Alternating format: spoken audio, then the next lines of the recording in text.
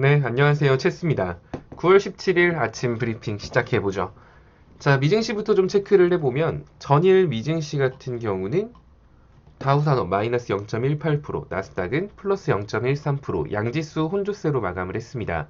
이렇게 혼조세로 마감을 했던 이유는 두 개의 경제 지표가 서로 상반되게 나왔기 때문이죠. 자, 일단 첫 번째로는 실업보험 급여 청구, 실업보험 청구 이 숫자가 시장 기대치보다 높게 나왔어요.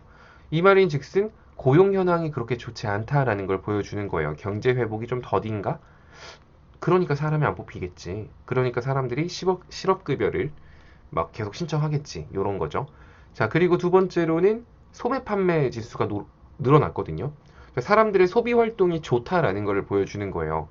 자, 저번에 소비자 물가 지수는 낮아졌어요. 인플레이션에 대한 우려가 낮아졌는데 사람들이 소비 활동을 잘하고 있다라는 거니까 어찌 보면 이건 호재죠. 어찌 보면이 아니라 호재죠. 이렇게 두 가지의 경제 지표, 좋은 거 나쁜 거가 충돌하면서 혼조세로 마감을 했는데 이거를 하나하나 좀 뜯어보죠. 일단은 다음 주에는 FOMC 회의가 있습니다. 여기서 주로 다뤄질 얘기는 금리 인상 및 테이퍼링, 자산 매입 축소, 여기에 대한 얘기가 주로 다뤄질 거고 여기에 대해서 지금 시장이 긴장을 하고 있는 거예요. 어떻게 될까? 막 이런 거.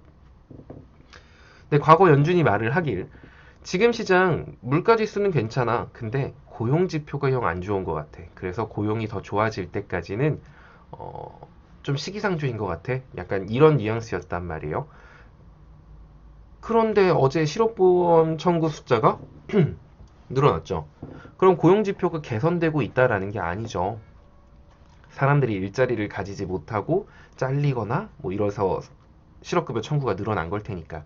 따라서 이번 FOMC 회의에서도 당연히 금리 인상해야 될 것 같다. 혹은 자산 매입 축소해야 될 것 같다. 이런 얘기보다는 시장을 안도하게 할 말을 할 가능성이 높기 때문에 비록 고용 지표가 안 좋게 나오는 실업보험 청구 숫자가 시장 기대치보다 높아졌지만 FOMC 다음 주 FOMC 회의를 생각해 본다면 나쁘지 않다. 뭐 이렇게 생각하시면 될 것 같아요. 아이러니하죠. 경제가 좋지 않게 지표가 나왔는데 안도한다라는 게 지금 시장이 가장 주목하고 있는 게 금리 인상 및 자산 매입 축소 이거라서 그래요. 어제 또 미증시 뭐 그거 말고는 뭐 별로 특별한 게 없었습니다. 그리고 뭐 있다 그러면 내마녀의 날. 자, 미증시 같은 경우도 이제 현지 시간으로 오늘 내마녀의 날이죠. 선물 옵션 동시 만기일. 국내 선물 옵션 동시 만기일 때 여러분들도 경험하셨죠? 한 주 내내 시장 흔들리고 막판에 아마 저 없었던 날일 거예요. 그때 갑자기 시장 확 미끄러졌던 거. 이런 식으로 미증시도 그래서 이번 주에 지금 계속 위아래로 혼조세 보여주고 있는 거예요. 비록 국내 증시 같은 경우는 아래로 확 무너졌지만 미증시 같은 경우는 위로도 올라갈 수 있는 거겠죠. 뭐 어쨌든 지금 다우지수 같은 경우는 지켜줄 자리 잘 지켜주고 있는 모양새고요. 나스닥 같은 경우도 뭐 61선 여기 추세 이탈 안 했으면 얘 계속 우상향 추세인 거예요. 아직 미증시는 우상향 추세가 깨지지 않았거든요. 이제 그 점에서 아직까지는 시장을 아주 부정적으로 볼 필요는 없는 거예요. 비록 국내 증시는 지금 사실 차트 좀 많이 망가졌거든요. 하지만 미증시가 우상향 추세를 이어가고 있다. 그럼 미증시가 우상향 추세를 계속 이어간다라고 한다면 국내 증시도 우상향을 따라가거나 못해도 박스권으로 갈 가능성이 높겠죠. 아직까지는 미증시가 위험한 자리를 이탈하지 않았기 때문에 국내 증시가 빠진다 그래서 막 엄청나게 걱정하실 필요는 없어요. 만약에 확실한 위험 시그널이 있다라고 한다면 그때 손절해도 늦지 않다라는 거죠. 그냥 미증시가 아직 상승 추세를 이어가고 있는데 어찌 보면 60일선도 이탈 안 했으니까 이어가고 있는데 우리나라 증시가 좀 빠져서 무섭다고 손절을 땅 했어요. 근데 미증시가 60일선 딛고 반등이 나오네? 그럼 우리는 약간 뇌동 손절을 하게 된 거거든요. 하지만 어찌 보면 60일선에서 미증시가 반등 못하고 무너지면 그때 한 손절이 잘한 손절이 될 수도 있겠지. 하지만 이건 어쨌든 결과론적인 얘기입니다. 손절을 한다라고 하더라도 확실하게 위험 신호 있을 때 하는 게 맞고요. 이어서 국내 증시를 좀 말씀드리면 국내 증시 같은 경우도 제가 여러분들한테 3130선, 뭐 3120, 30, 요 정도 선만 잘 유지해주면 상관이 없다라고 말씀을 드렸잖아요. 어제 딱 3130으로 끝났어요. 자, 오늘 뭐 시장이 큰 낙폭을 보여주지 않고 3120에서 40선 정도로만 마무리된다라고 한다면 추석 전에 지수는 잘 맞춰놓은 거다라고 생각을 하시면 될 것 같습니다.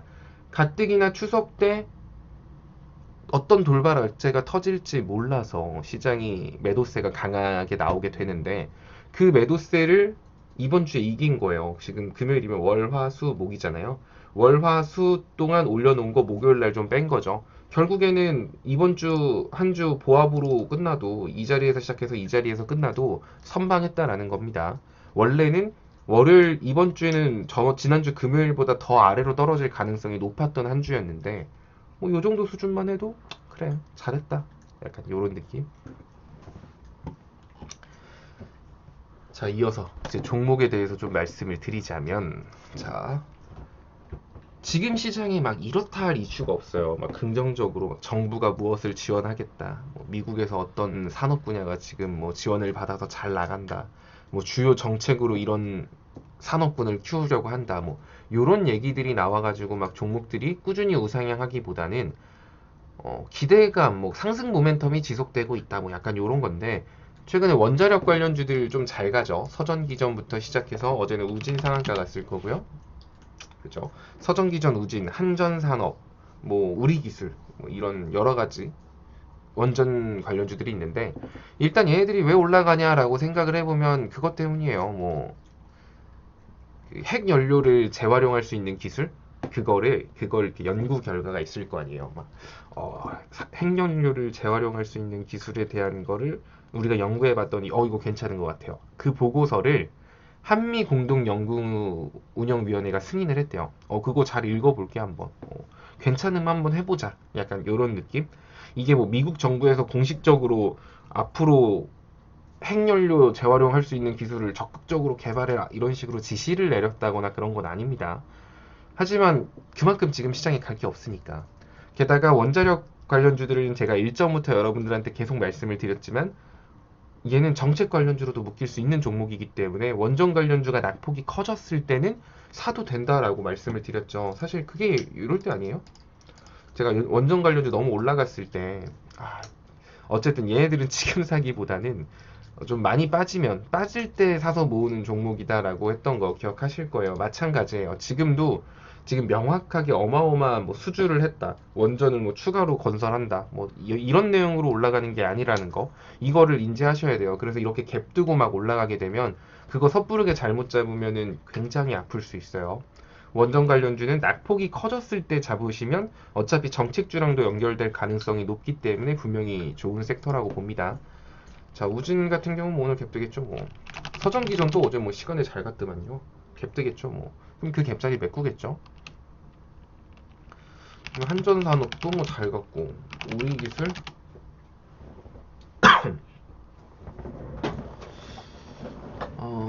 이제 그러면은 이제 이런 식으로 분류를 좀 하는 거예요. 자, 그럼 일단 우진이 진짜 잘 갈 거야. 우진이 잘 가.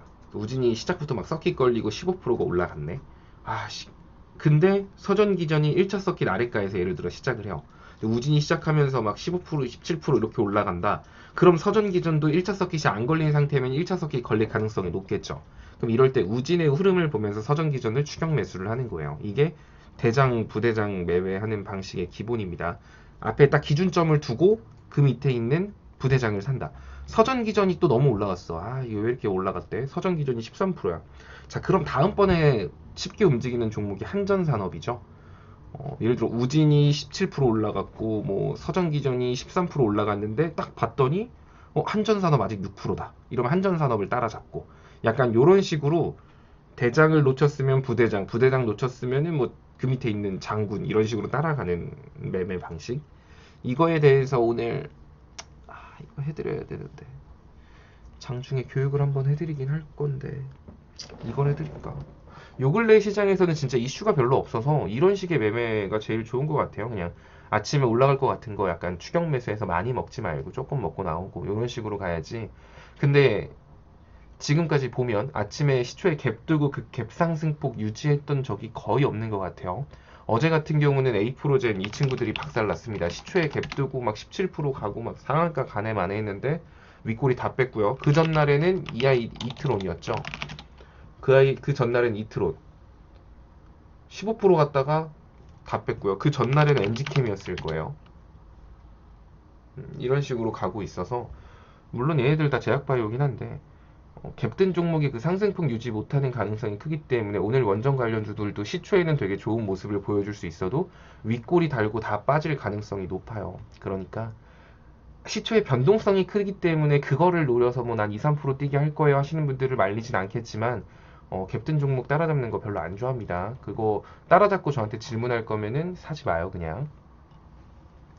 자, 그리고 어저께 대선 후보 토론 있었죠. 자, 윤석열 후보 관련주, 홍준표 후보 관련주 이런 것들 좀 눈여겨볼 필요 있을 텐데 어제 대선 토론에 따라서 이제 또 지지율이 계속 또 나오겠죠. 여기에 따라서 이 두 후보 인물 간에 막 지지율 차이가 막 왔다 갔다 하면 당연히 관련주들도 왔다 갔다 할 거예요. 정치 테마 같은 경우는 사실 뭐 다들 아시다시피 뭐 기업의 가치랑은 큰 연관이 없습니다. 인물하고 관련되는 거지. 자, 홍준표 성이 무슨 홍씨라 그랬지? 그러면서 올라갔던 게 엠벤처 투자였어요. 근데 동시호가에 막 7% 올라가더라고. 신규 홍준표 관련주로 편입되는 거 아니냐라는 기대감으로 동시호가 7% 올라갔긴 했으나 시간에서 5% 반납했습니다. 아마 오늘 이거 변동성 엄청나게 클 거예요. 근데 이 종목 같은 경우도 이제 막 홍준표 관련주로 들어가는 종목인 만큼 만약에 홍준표 지지율이 더 높게 나온다 그럼 얘는 다음번에 얘가 대장격으로 움직일 가능성이 높아요. 막판에 홍준표 관련주들이 좀 움직이긴 했는데 얘가 동시호가 7% 8% 올라갔다는 거는 지금 이쪽에 엄청나게 많은 관심을 주고 있다라는 거거든요. 다음번 홍준표 관련 이슈가 떠서 움직일 때 엠벤처가 진짜 빠르게 움직일 수 있는 종목이니까 이제 정치 테마 좋아하시는 분들 같은 경우는 엠벤처 투자 이것도 관심 종목에 넣어놓고 좀 거래량 없이 낙폭 커졌다 하면 그때는 손절가 잡고 단타 한번 들어가자 이런 식으로 접근하시면 될 것 같습니다. 자, 오늘은 금요일이죠. 한 주의 끝. 근데 한 주의 끝임과 동시에 추석 연휴 전 마지막 거래일이에요. 자, 연휴 기간 동안 다음 주 월, 화, 수 3거래일을 쉴 텐데 그 기간 동안 또 어떤 악재 뉴스가 나올지 우리는 알 수가 없죠. 그래서 거기에 방어하는, 거기에 이제 무서우니까 몸을 사리는 사람들이 오늘 매도세를 좀 보여줄 거고요. 또 오늘은 주봉을 마무리하는 날인 만큼 이제 종목들 주봉 차트 만드는 움직임들도 많이 나올 거예요. 금요일은 원래 항상 좀 변동성이 크고 낚시성 움직임이 많은 날입니다.